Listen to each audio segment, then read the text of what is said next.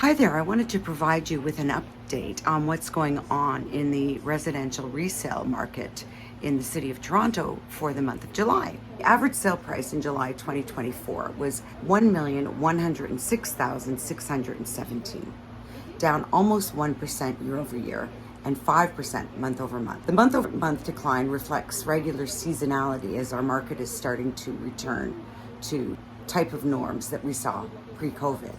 Condos represented 27.5% of all sales in July 2024, up from 24.5% in June.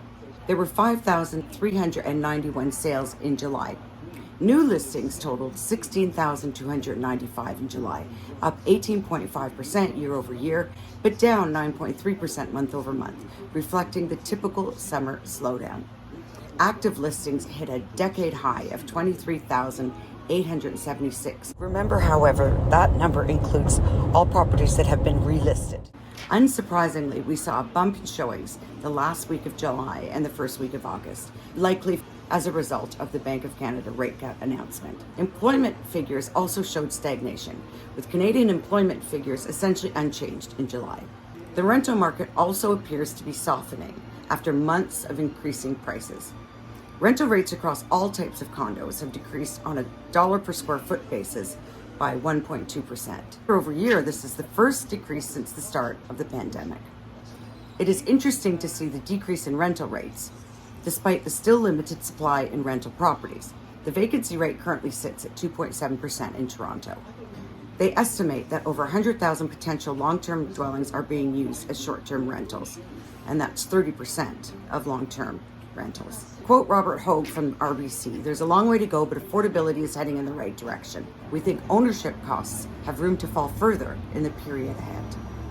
In June, the Bank of Canada initiated what we expect will amount to a full 2 percentage point cut in its policy rate to 3% by the end of 2025.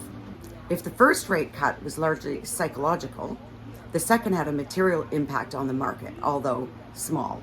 The next rate announcement is scheduled for September 4th, and what effect will this have on the market? Buyers appear to be waiting for improved affordability, while sellers hope that further cuts will spark activity and boost pricing.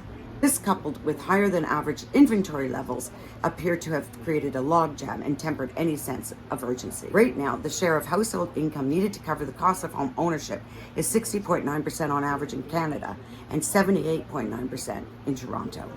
The Bank of Canada continues to focus on elevated shelter costs as a significant contributor to inflation.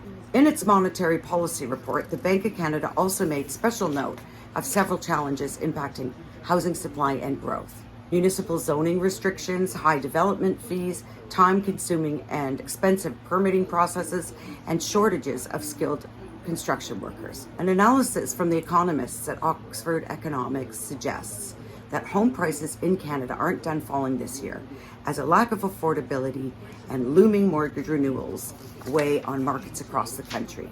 Oxford is calling for home prices to fall a further 5% by the fourth quarter of 2024. Tony Stillo and Michael Davenport, economists at Oxford and the authors of this report, said they also predict home prices in Canada's major metropolitan areas will take hard hits. We anticipate widespread house price declines in all Canadian metropolitan areas.